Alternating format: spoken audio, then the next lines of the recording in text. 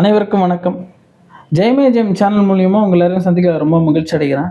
இன்னைக்கு ரொம்ப முக்கியமான ஒரு தலைப்பை பற்றி தான் பார்க்க போகிறோம், செவ்வாய் தோஷத்தை பற்றி.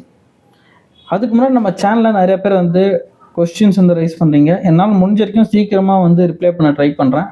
சப்போஸ் ரிப்ளை பண்ணேன்னா ஐம் ஸோ சாரி. நம்ம சேனலுக்குள்ளே போகிறதுக்கு முன்னாடி நீங்கள் எல்லோரும் சப்ஸ்கிரைப் பண்ணிங்கன்னா எனக்கு ரொம்ப மோட்டிவேட்டாக இருக்கும்.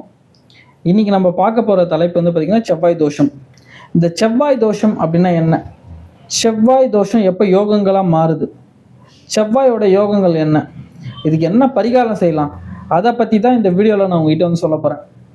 ஒரு ஜாதகம் அப்படின்னு நம்ம எடுத்துக்கணும்னா சில குறிப்பிட்ட வீட்டில் இருக்கும்போது செவ்வாய் தோஷமாக மாறுது. அந்த தோஷமான செவ்வாய் யோகமாக மாறும்போது அவங்களுக்கு அதிகார பலம், வீடு மனைகள் வாங்கும் யோகம், அப்புறமா பார்த்தோன்னா வாகனங்கள் வாங்கும் யோகம், இது எல்லாமே கிடைக்குது. ஃபஸ்ட்டு நம்ம செவ்வாய் தோஷம்னா என்ன அப்படின்னு பார்ப்போம். ஒரு ஜாதகத்தில் லக்னத்தில் இருந்தோ சந்திரன்ல இருந்தோ செவ்வாய் 2, 4, 7, 8, 12 இருக்கும்போது செவ்வாய் தோஷமாக நம்ம எடுத்துக்கிறோம். அப்படி செவ்வாய் தோஷம் இருக்கும் ஜாதகத்துக்கு பார்த்திங்கன்னா என்னென்ன மாதிரி சுச்சுவேஷன் அவங்க ஃபேஸ் பண்ணுறாங்கன்னா, திருமண தடை, health related issues, after marriage marriage லைஃப்பில் ப்ராப்ளம்மு, இந்த மாதிரி சேலஞ்சஸ்லாம் அவங்க ஃபேஸ் பண்ணுறாங்க. இது எல்லாமே பார்த்திங்கன்னா தனித்த செவ்வாய்க்கு தான் நான் பலன் சொல்கிறேன். எப்போ செவ்வாய் தோஷம் கன்ஃபார்ம்டு அப்படின்னு நம்ம பார்த்தோம்னா, புதனோட வீட்டில் கன்னி மற்றும் மிதுனத்தில் இருக்கிற செவ்வாய் தான் அதிக செவ்வாய் தோஷமாக நம்ம எடுத்துக்கிறோம். அதெல்லாம் நிறைய விதிவிலக்கு இருக்குது. நான் ஜஸ்ட் ஓவர்வியூ உங்ககிட்ட எக்ஸ்பிளைன் பண்ணுறேன். இப்போ பார்த்திங்கன்னா ஏதோ சுபர்கள் பார்வையோ சுபர்கள் சேர்க்கையோ இருக்கும்போது அதெல்லாம் விதிவிலக்க நம்ம எடுத்துக்கலாம்.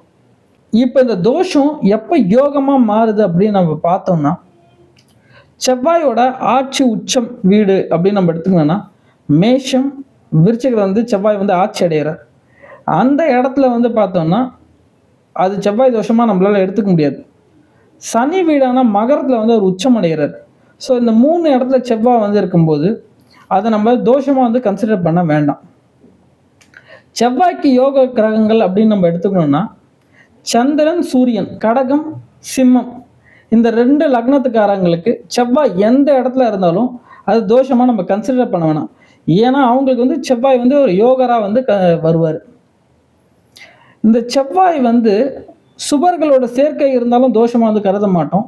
சுபர்களோட பார்வை இருந்தாலும், சுபர்கள் அப்படின்னு நம்ம எடுத்துக்கணும்னா குருவோட பார்வையோ குருவோட சேர்க்கையோ சந்திரனுடைய பார்வையோ சந்திரனோட சேர்க்கையோ இந்த மாதிரி நம்ம இருக்கும்போது அதை நம்மளால் செவ்வாய் தோஷமாக கன்சிடர் பண்ண முடியாது. அதுக்கடுத்து எந்த வீட்டில் இருந்தால் அந்த தோஷத்தை கன்சிடர் பண்ண வேண்டாம் அப்படின்னு பார்த்தீங்கன்னா,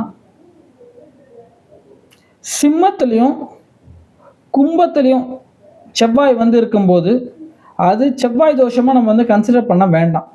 செவ்வாய் தரும் யோகங்கள் அப்படின்னு நம்ம எடுத்துங்கன்னா, ஒருத்தவங்களோட ஜாதகத்தில் செவ்வாய் கேந்திரங்களான 1, 4, 7, 10 அந்த வீட்டில் உட்கார்ந்து ஆட்சி அல்லது உச்சம் பெறும்பொழுது பஞ்சமகா யோகங்களில் ஒன்றான ருச்சிகா யோகத்தில் அவங்க வராங்க. அப்படி அந்த யோக வரும்பொழுது அவங்க பார்த்திங்கன்னா ஒரு அரசனுக்கு நிகரான அதிகாரம் அவங்களுக்கு கிடைக்கும். உதாரணமாக பார்த்திங்கன்னா நிலப்புலன்களோடு அவங்க இருப்பாங்க. வாகனங்கள் பிராத்தம் அவங்களுக்கு இருக்கும். அதிகாரம் இருக்கும். இந்த மாதிரி செவ்வாயோட யோகங்கள் அவங்களுக்கு கிடைச்சாலே போதும், அவங்கள எல்லாருமே அவங்க கீழே தான். இந்த செவ்வாய் தோஷத்துக்கு எளிய பரிகாரம் அப்படின்னு நம்ம எடுத்துக்கணும்னா, நம்ம ஊர்லேயே இருக்க வைத்தீஸ்வரன் கோவில் தான் செவ்வாயோட ஸ்தலம். அங்கே நீங்கள் செவ்வாய்க்கிழமை போயிட்டு செவ்வாய்க்கு அர்ச்சனை பண்ணிவிட்டு ஒரு விளக்கு போட்டு அங்கே இருக்க சிங்கார வேலவனை நீங்கள் பார்த்து பிரார்த்தனை செஞ்சுட்டு வந்தீங்கன்னா உங்களுக்கு செவ்வாய் தோஷம் கண்டிப்பாக நிவர்த்தி ஆகும். அப்படி போக முடியாதவங்க பார்த்திங்கன்னா செவ்வாய்க்கிழமை தூரம்பருப்பு முருகனுக்கு பார்த்திங்கன்னா நம்ம கொடுத்துட்டு அவருக்கு பார்த்திங்கன்னா ஒரு அர்ச்சனை பண்ணிவிட்டு ஒரு விளக்கு எடுத்துகிட்டு வந்தீங்கன்னா கண்டிப்பாக உங்களுக்கு செவ்வாய் தோஷம் நிவர்த்தி ஆகும். முருகப்பெருமானோட அனுகிரகம் இருந்தால் போதும், எப்படியாப்பட்ட செவ்வாய் தோஷமாக இருந்தாலும் உங்களுக்கு நிவர்த்தி ஆகி செவ்வாயினால் உங்களுக்கு ஏற்பட எல்லா பாதிப்பும் சரியாகும். இந்த வீடியோ உங்களுக்கு பிடிச்சிருந்தா ஷேர் பண்ணுங்கள். உங்களுக்கு ஏதாவது கொஸ்டின்ஸ் இருந்தால் நம்ம கமெண்ட் பாக்ஸில் வந்து கேளுங்க, நான் ரிப்ளை பண்ண வந்து ட்ரை பண்ணுறேன். இதே மாதிரி ஒரு வீடியோவில் நம்ம நெக்ஸ்ட்டு பார்ப்போம். நன்றி, வணக்கம்.